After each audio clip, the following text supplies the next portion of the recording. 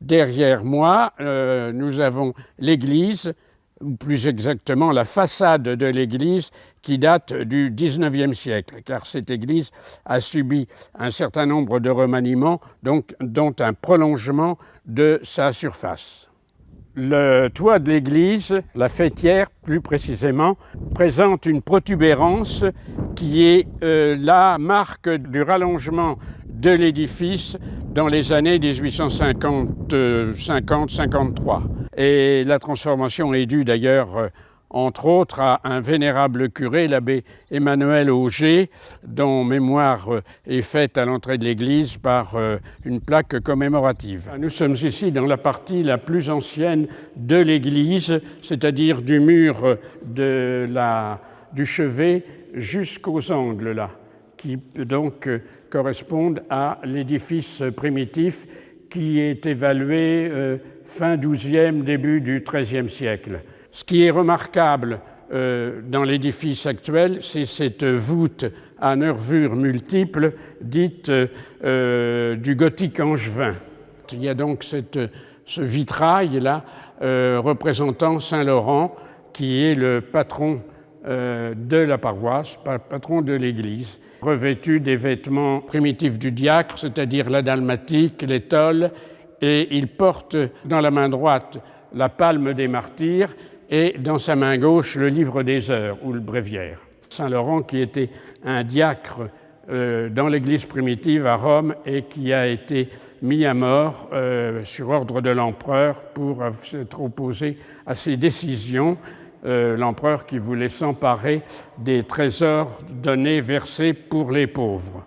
Une litre seigneuriale, c'est une bande de couleur en principe noire, qui est frappée des armoiries, l'armoirie en principe d'un propriétaire ou d'un bienfaiteur. Ici, à l'église de Bousset, on aperçoit donc le début des armoiries des menous. Alors pourquoi sont-ils dans l'église? C'est parce que les menous étaient qualifiés de patrons de l'église de Bousset.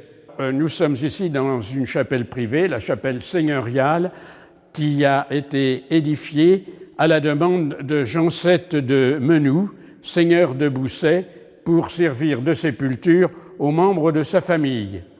C'est donc une chapelle funéraire qui est marquée par la litre seigneuriale en noir, qui parcourt les murs de la chapelle. À espace régulier, nous avons les armoiries des Menous de Gueule à la Bande d'Or. C'est la lecture de leurs armoiries, des armoiries très anciennes qui attestent l'authenticité et l'ancienneté de cette famille chevaleresque. Alors ici, nous avons ce monument en pierre surmonté de marbre qui est dédié à Philippe de Menou, le fils de Jean VII, et qui a été chargé de finir la construction de la chapelle. Il est inhumé avec son épouse Antoinette de Latouche. Vous avez les armoiries des deux becs de lièvre là en haut.